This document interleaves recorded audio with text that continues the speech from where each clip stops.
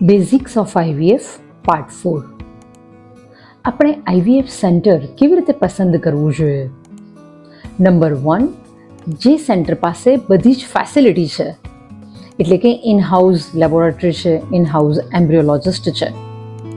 Number 2, દરેક IVF સેન્ટરનો ખર્ચ કેમ અલગ અલગ હોય છે? તો ઓવરીને સ્ટિમ્યુલેટ કરવા માટે જે ઇન્જેક્શન્સ હોર્મોન્સના વપરાય છે તે અલગ અલગ પ્રકારના હોઈ શકે છે.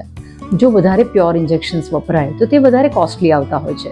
તેની સામે તે વધારે પડતા ઓવમ બનાવી શકે છે, એટલે કે વધારે બાળક બની શકે છે અને એમ તમારો સક્સેસ રેટ વધારે રહેતો હોય છે.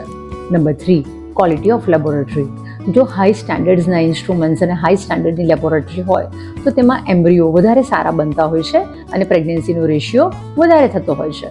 નંબર 4, તમને દરેક સ્ટેપ ઉપર જો રિટર્ન રિપોર્ટ આપવામાં આવતા હોય તો, જેમ કે કયા ઇન્જેક્શન્સ આપવામાં આવેલા છે, ઇન્જેક્શન્સના અંતે સોનોગ્રાફીમાં કેટલા ફોલિકલ બનેલા છે, ઓવમ પિકઅપના અંતે કેટલા સારા ઓવમ મળ્યા છે, 5 દિવસના અંતે કેટલા સારા એમ્બ્રિયો બન્યા છે.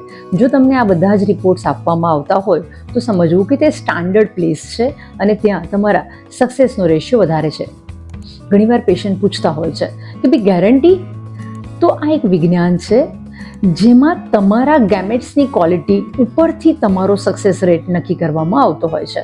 યંગ એજ છે અને તમારો એએમએચ સારો છે તો કે તમારો સક્સેસ રેટ વધારે સારો રહેતો હોય છે.